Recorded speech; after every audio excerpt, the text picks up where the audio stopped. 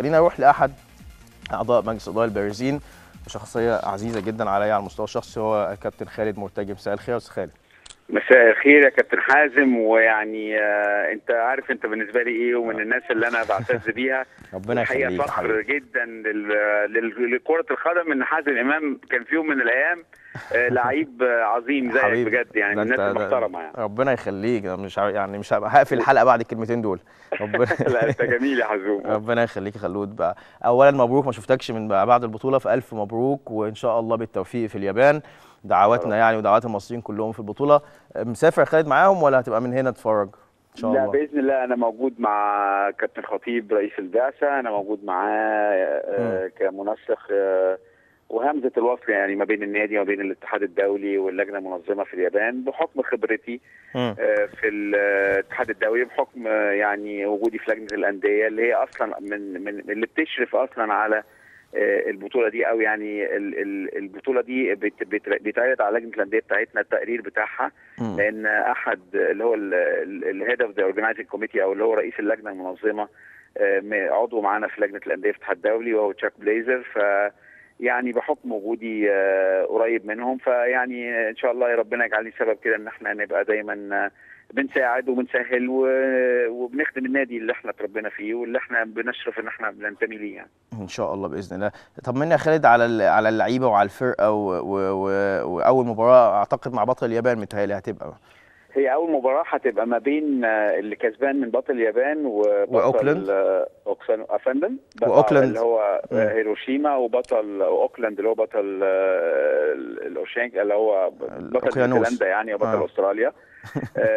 وان شاء الله اللي يكسب منهم هيلعبوا يوم 6 باذن الله، اللي هيكسب منهم هيلاعبنا باذن الله يوم 9 في تويوتا سيتي او في ستاديوم تويوتا اللي هو في ناجويا. ان شاء الله ماتشنا هيبقى الساعه 7:30 بتوقيت اليابان، اللي هو هيبقى 12:30 توقيت مصر. وان شاء الله لو ربنا كرمنا وكسبنا يبقى باذن الله نوصل على طول للسيمي فاينل. فيعني ان شاء الله يعني تتوقع الاهلي يوصل فين البطوله دي يا كابتن خالد؟ يعني ان شاء الله ممكن يحقق المركز الثالث او الثاني مثلا. انتوا يا كابتن حازم علمتونا، انتوا ناس يعني المحترفين لعيبه الكوره المحترمه اللي زي سعادتك، علمتونا احنا الناس اللي ما لهاش في الكوره او ما لهاش في الفنيات قوي ان احنا ناخدها بنقول ايه ماتش يعني نفكر في ماتش. هو مفيش شك ان هو انجاز بفضل الله سبحانه وتعالى في ظل الظروف اللي احنا كنا فيها مصر كلها والرياضه والمأساة اللي حصلت لنا في بورسعيد وكل اللي احنا بنمر بيه في ظروف البلد، ان النادي الاهلي ربنا سبحانه وتعالى يكرمه ويبقى بطل افريقيا. فده لوحده انجاز انك انت توصل لبطوله كاس العالم للانديه لرابع مره يعني على المستوى الافريقي وعلى المستوى العربي، ما فيش حد عملها كنادي.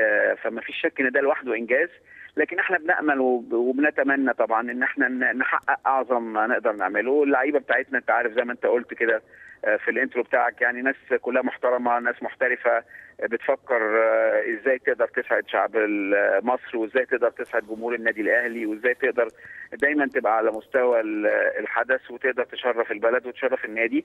وزي ما انا قلت ناخدها ماتش لو ربنا كرمنا الماتش الاولاني ده يهمنا جدا، لان ده اول ماتش، ده المهم قوي ان احنا نوصل سيمي فاينل. هتبقى الماتش اللي بعده هيبقى بتلعب كورينثيانز، وانت عارف طبعا كورينثيانز بطل جنوب امريكا يعني، البرازيل دول اللي طلعوا سانتوس يعني بيكسبوا نيمار والناس الكبيره دي. فما فيش شك زي ما قلنا ناخدها في خطوه. احنا نامل ان ربنا سبحانه وتعالى يكرمنا ونقدر نحافظ على يعني مركز كويسه، ونقدر نحقق مركز كويس عشان في الاخر يسعد شعب مصر ويسعد الاهلاويه، وفي الاخر برضو يبقى برضو الروح اللي احنا لعيبتنا استمدتها في بطوله افريقيا، روح شهداء مجزره بورسعيد، تبقى برضو لسه موجوده، ويبقى يعني في الحالات دي يبقى يعني زي ما بقول زيت خير خيرين، وتبقى برضو يعني النصر، او لو عملنا حاجه كويسه برضو تبقى يعني نهديها لشهدائنا شهداء مجزره بورسعيد يعني. كابتن خالد خلاص مفيش اي مشاكل دلوقتي في المجلس، راضي ومستقر والدنيا كويسه الحمد لله، مفيش اي يعني وجهات نظر مختلفه ولا حاجه، خلاص الامور استقرت بالنسبه للاستاذ خالد مرتجي في مجلس اداره النادي الاهلي حاليا؟ بص يا كابتن حازم، انا خالد مرتجي ده ابن النادي الاهلي، وهو خادم لهذه المنظومه، ويعني بره جوه انا خادم لهذا المكان، وزي ما قلنا دايما الكيان هو اللي بيبقى والاشخاص بتزول. احنا مفيش حياه بدون خلافات، لكن في الاخر هو المهم ان الخلافات تتحل في الغرف المغلقه وليست في وسائل الاعلام. وانا بكون كل احترام لزملائي طبعا اعضاء مجلس اداره النادي الاهلي ورئيس النادي الاهلي، ولو كان في اي سوء تفاهم او في اي حاجه فكلها بتتحل، لان في الاخر سواء خالد مرتجي او اي حد بيفخر ان هو موجود في كرسي مجلس الاداره، فبيبقى كل الواحد بيفكر في مصلحه النادي الاهلي، ومفيش اي حد مننا بيفكر في مصلحه شخصيه أكيد. او بيفكر في حاجه ذاتيه. فطالما هو ده الاساس فكل الخلافات بتزول وبتتحل، والحمد لله. يعني انا طبعا موجود داخل النادي وحضرت مجلس الاداره اللي فات وكل الامور كويسه، وان شاء الله بس ربنا يكرمنا وتكون برضو فتحه خير بتاعه بطوله افريقيا دي، نقدر نرجع برضو بحاجه كويسه، ويكون يا رب تكون هذا بقى يعني بدايه انطلاق عوده النشاط، لان بيني وبينك البلد من غير نشاط عمليه كده زي كده زي ما بنقول الجنينه من غير زرع. كابتن خالد مرتجي، بشكرك شكرا جزيلا.